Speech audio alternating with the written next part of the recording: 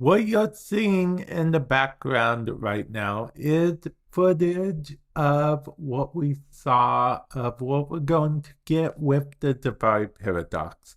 Some of it, not all of it, has been revealed, but I want to talk about what we know so far because I honestly believe that the Duviri Paradox is going to change Warframe forever. I don't know if it's going to be a positive change, fully negative change, a little bit of both. My guess is a little bit of both, but let's get into it, shall we?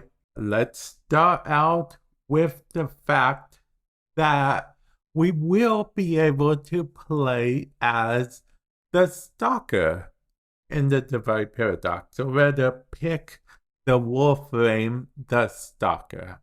Okay, it says stranger, but we all know it's the Stalker. Now, for me, this means one of two things. Well, really just one thing, which is what I think the Duviri Paradox as a whole will be in the future, which isn't a bad thing, okay? It may sound like a bad thing, but it's not.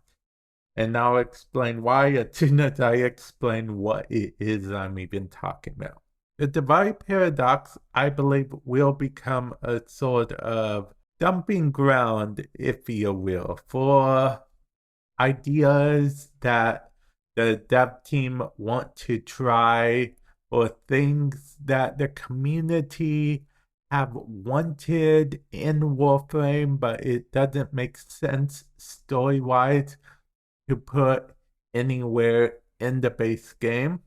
It can be thrown in the Duviri Paradox. The Duviri Paradox, as far as I know, had nothing to do with the main game story. It's a paradox, it's whimsical, it's basically like a dream world, if you will.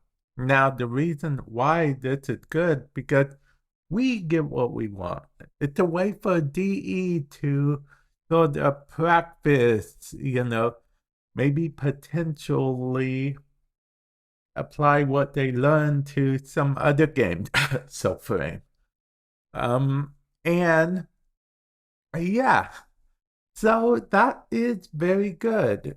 The reason I came to this conclusion is because the Stalker is something that the community have been asking for in the game for quite a while now. They did tease it at one point, but I guess they decided not to put it in the main game because when they teased it, they weren't as focused on lore. But with the Duviri Paradox coming out soon, because as of recording this, it's not out yet. We're still about a month away, give or take.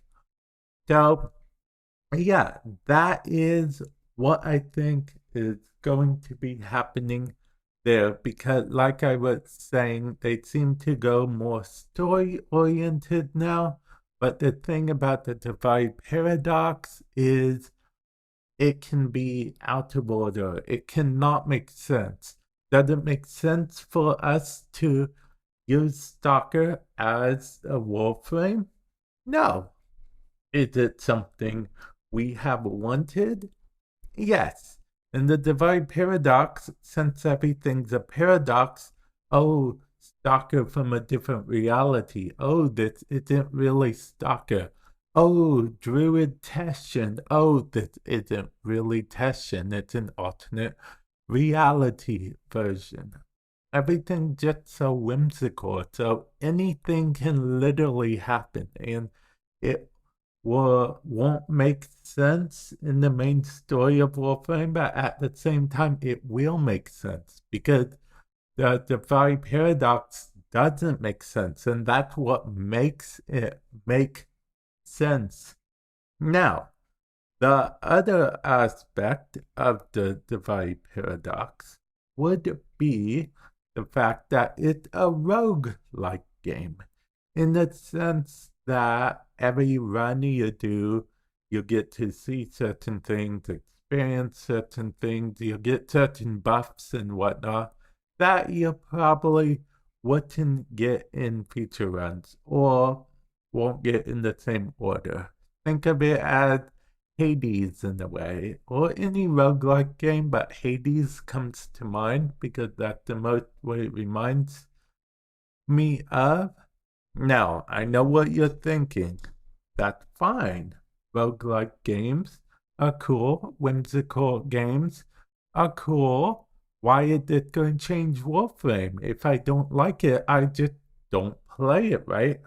Well, yes, that is technically true.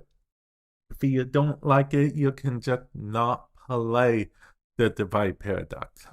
But they have shown us some rewards, at least, that do help you out or at least coincide somewhat with the base game of Warframe. So even if you ignore the existence of the Durviri Paradox, you will be a bit underpowered or underleveled because of the fact that these rewards, like they mentioned, for example, for the steel path for the Durviri Paradox, you complete a certain mode there. What do you get? You get something that unlocks the evolution or incarnate form of one of your weapons that you would have never got otherwise. So it's one of those things that if you want to get Warframe stuff to its fullest extent, you will actually have to run the Durviri Paradox. Not to mention, they should, in theory, have some kind of story that ties it to the main game of Warframe. I know it's this whimsical place, anything can happen, but from the looks of it, they are looking to tie it to the main game in some form, especially since they announced that they want players to be able to choose the Durviri Paradox from the get-go, which changes the whole narrative of the game. Because, like me, for example, I've been playing Warframe for years and years and years. Sure, we got operator mode, we got so on and so forth. Those were added on and later on for future things. So we didn't begin with those at the beginning.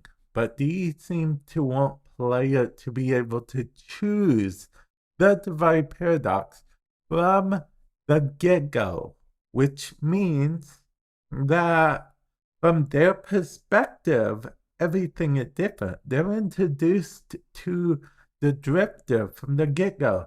They're introduced to Teshin or a form of Teshin from the get-go.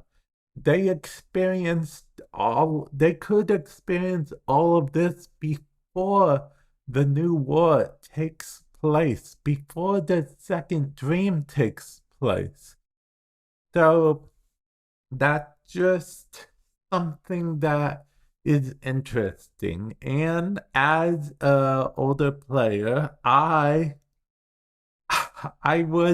be honest, I'd low-key be interested if I could, experiencing it for the very first time, from the Durviri Paradox in the beginning, then the rest of the game.